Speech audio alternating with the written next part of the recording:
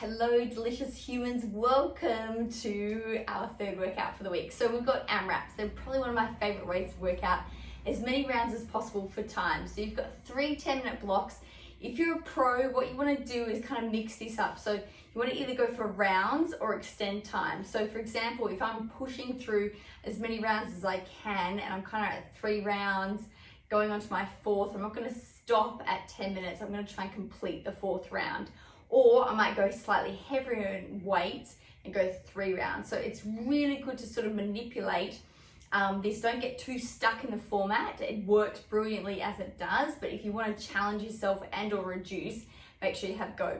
So the first AMRAP we've got is squat to press, inchworms and sit-ups with a 50-meter loop run. So for me, I've got a backyard that kind of does about 25, 20. So I can do 4 of that, come back in. I use skipping. If I've got my treadmill at home, I will just set it on, punch out 45 seconds of running, straddle, jump off, and then go into the weights and come back on. Just leave the treadmill going. You might want to do it with a cross trainer. It all depends on how your dismount is. You could also, if you want to make this even more trickier, but effective with that, is do 45 seconds on, 15 seconds off, and do it for 3 rounds. That's the same sort of thing if you know you're having to kind of change between equipment as well.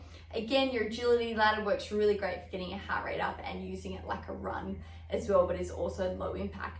So when it comes to squat to press, depending on your level, I'll show you sort of a full range level here. We'll sort of get a bit of an angle. So going normal squat, keeping those weights up and then pushing overhead. So you want to keep those weights nice and aligned the whole way through. Breathing and that core function really good. If it feels a little bit too tricky, drop the weight down and then just go squat and break it in, then press. So rather than one flowy motion like this, you want to just bring it down into a squat and then a press. That way you're making sure that your body mechanics are all beautifully in line. So inchworm, as we've kind of covered, we're bending down, walking out to plank. We're going to do bend knee and roll up. So we're not going to do stiff leg inchworms. 10 of those and then 10 sit-ups. You guys know those, all crunches depending on your level. That will be AMRAP number 1. AMRAP number 2. Now this is going to be 10 minutes on the clock. You're going to be counting back. You're stationary in the one spot, so it's really going to get you going massive. Dumbbell snatch, we've covered these guys, but we'll go over it again. 45-degree angle on the feet. For these ones, we're going to come straight down in the middle and then bring that weight up overhead. So again, making sure we're nice and aligned. We're not tipped forward. You know, I see a lot of the sideways because we're moving. The neck tends to tilt to one side. We want to make sure that we don't start favoring a side just because the weight's in a side. We're still keeping the mechanics nice and up and aligned. And mirrors help brilliantly for these. So 10 right, 10 left. Then we're going to go into an upright row. So all we're going to do is bring those weights up to that nice shoulder height. So breathing out, cores on. I've got a nice split stance through here, and we don't have to really jam those weights up, and we don't want to T-Rex wrist those hands either.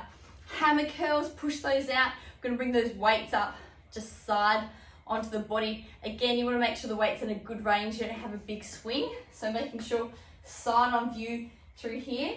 We're not having to swing to get the weight up, yeah? The weight's then too heavy. And then our last one, jump jacks.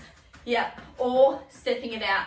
So again, you're going to just be working the same spot on the mat for 10 minutes. It's going to get sticky, but you really want to push through get ready for number 3.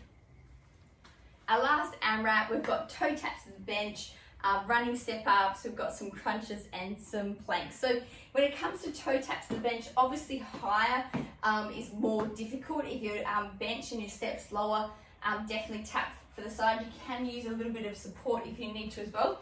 But basically we're bringing up that knee high and just interchanging high level.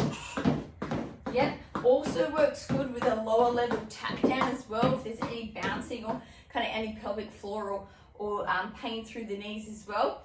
And then a running step up, so really just making it nice again, changing legs, nice and high intensity. Crunches, you guys know, plank, and so you're watching the clock on this one. You've got your 10-minute counter going down on your phone and you're just watching it hold for 30 seconds and then come back and do it again. Again, you're on the spot. with this one, but it's just that consistency that's really going to make this such a great workout for you.